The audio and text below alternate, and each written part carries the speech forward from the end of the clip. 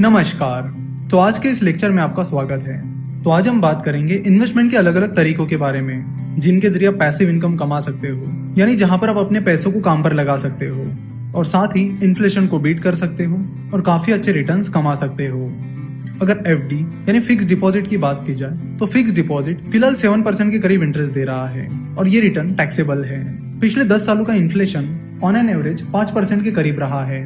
तो इसका मतलब है कि आपके पैसों की वैल्यू मेंटेन करने के लिए आपको कम से कम 5% के ऊपर का आफ्टर टैक्स रिटर्न कमाना होगा। जनरली सेविंग अकाउंट का रिटर्न 5% से कम होता है। सो अगर आप अपना पैसा सेविंग अकाउंट में पड़ने रहने देते हो तो वो अच्छी चीज नहीं है। जहां तक एफडी की बात की जाए तो वो एक अट्रैक्टिव इन्वेस्टमेंट नहीं है।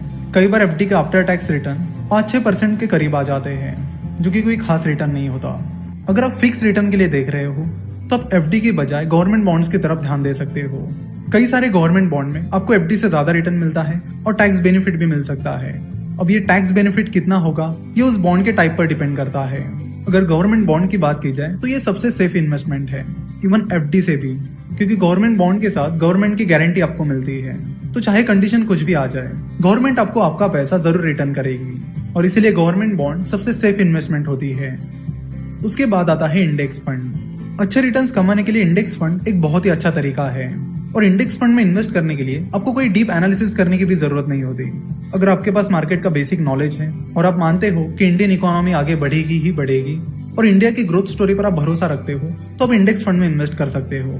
अगर पिछले 10 साल की बात की जाए तो सेंसेक्स ने पिछले 10 सालों में 16% कंपाउंडेड सालाना रिटर्न दिया है, जो कि एक बहुत ही अच्छा रिटर्न है और उतना रिटर्न तो कई सारे एक्टिव म्यूचुअल फंड्स भी नहीं दे पाए हैं। जब आप किसी इंडेक्स फंड में इन्वेस्ट करते हो, जैसे कि सेंसेक्स इंडेक्स फंड में या निफ्टी इंडेक्स फंड में, तो आपका पैसा उस इंडेक्स में जो कंपनीज है उनमें उनके वेटेज के अनुसार इन्वेस्ट किया जाता है। तो अगर आपने सेंसेक्स इंडेक्स फंड में इन्वेस्ट किया है तो आपको उतना रिटर्न मिलेगा जितना सेंसेक्स ने रिटर्न दिया है। कभी कभी थोड़ा बहुत ट्रैकिंग एरर आ जाता है।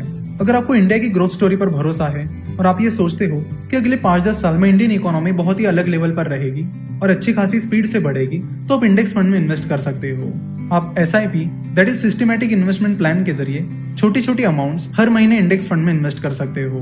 उसके बाद आता है म्यूचुअल फंड। इंडिया में इक्विटी म्यूचुअल फंड्स काफी पॉपुलर है। बहुत सारे लोग एक्टिव इक्विटी म्यूचुअल फंड में इन्वेस्ट करते हैं। म्यूचुअल फंड में एक फंड मैनेजर आपका पैसा मैनेज करता है। एक्टिव इक्विटी म्यूचुअल फंड में इन्वेस्ट करने के लिए आपको अच्छा खासा एनालिसिस करना होगा। आपको एनालिसिस करना होगा उस म्यूचुअल फंड मैनेजर का जो आपका पैसा मैनेज कर रहा है। अगर आपको इस म्यूचुअल फंड मैनेजर के स्किल सेट पर भरोसा है और उस फंड मैनेजर का ट्रैक रिकॉर्ड अच्छा रहा है, तो आप उस म्यूचुअल फंड में इन्वेस्ट करने के बारे में सोच सकते हो। कई बार active equity mutual funds index fund के रिटर्न को बीट कर पाते हैं तो कई बार नहीं कर पाते हैं। एक्टिव इक्विटी म्यूचुअल फंड और इंडेक्स फंड में मेन डिफरेंस ये है कि एक्टिव इक्विटी म्यूचुअल फंड का एक्सपेंस रेशियो ज्यादा होता है, यानी एक्टिव म्यूचुअल फंड में आपका फंड मैनेज करने के बदले में आपसे जो फीस ली जाती है वो ज्यादा होती है। वही इंडेक्स फंड में एक्सपेंस रेशियो बहुत ही कम होता है, निग्लिजिबल होता है। जाने माने इन्वेस्टर मिस्टर वॉरेन बफेट कहते हैं कि कई बार mutual fund managers index funds को बीट नहीं कर पाते हैं और तब भी उनकी मैनेजमेंट फी ज्यादा होती है। सो बेहतर है कि आप इंडेक्स फंड में इन्वेस्ट करिए जहां पे मैनेजमेंट फी बहुत ही कम है। उसके बाद हम बात करेंगे हेज फंड की। हेज फंड बहुत ही अग्रेसिवली इन्वेस्टमेंट करते हैं। म्यूचुअल फंड मैनेजर जो इन्वेस्टमेंट करते हैं वो ज्यादा अग्रेसिव नहीं होती, वही हेज फंड में जो इन्वेस्टमेंट होती है वो काफी अग्रेसिव होती है, जिसके लिए कई बार वो डेरिवेटिव्स मार्केट में भी इन्वेस्ट करते हैं। जैसे कि हमने देखा कि म्यूचुअल फंड में 500 रुपए से भी शुरुआत कर सकते हो, लेकिन हेज फंड में वैसा नहीं होता। हेज फंड में इन्वेस्ट करने के लिए आपकी नेटवर्थ काफी हाई होनी चाहिए। अगर आपकी नेटवर्थ अच्छी खासी है तो ही आप हेज फंड में इन्वेस्ट कर पाओगे। वैसे इंडिया में हेज फंड पॉपुलर नहीं है। वही यूएस की बात की जाए तो यूएस में हेज फंड काफी ज्यादा पॉपुलर है। वहां पर तो हेज फंड को मैनेज करने वाले हेज फंड मैनेजर्स ही बिलियनियर्स है। यूएस में हाई नेटवर्थ इन्वेस्टर्स भी बहुत ज्यादा है और वहां पर कई सारे अच्छे हेज फंड्स है, जिसकी वजह से हाई नेटवर्थ इन्वेस्टर्स उन हेज फंड में इन्वेस्ट करना पसंद करते हैं। तो यहाँ तक हमने जो इन्वेस्टमेंट के तरीके देखे हैं वो ऐसे तरीके हैं जिनमें आपको खुद को ज्यादा कुछ नहीं करना होता, आपको बस अपना पैसा इन्वेस्ट करना होता है।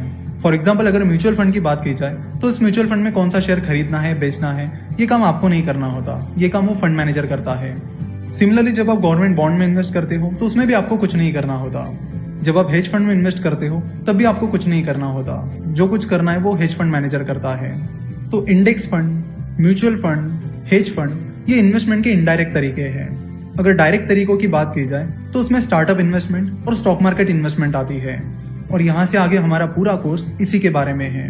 तो अगले लेक्चर से हम स्टॉक मार्केट इन्वेस्टमेंट के बारे में बात करेंगे और उसे बहुत ही बेसिक से समझेंगे ताकि आपको स्टॉक मार्केट का और कैपिटल मार्केट का पूरा कॉन्सेप्ट समझ में आ जाए। आशा करता हूँ कि आपको ये लेक्चर पसंद आया होगा। हमसे जुड़े रहने के लिए आप हमें फेसबुक, ट्विटर और इंस्टाग्राम पर फॉलो कर सकते हो। इस कोर्स को सब्सक्राइब करने के लिए आपका बहुत बहुत धन्यवाद।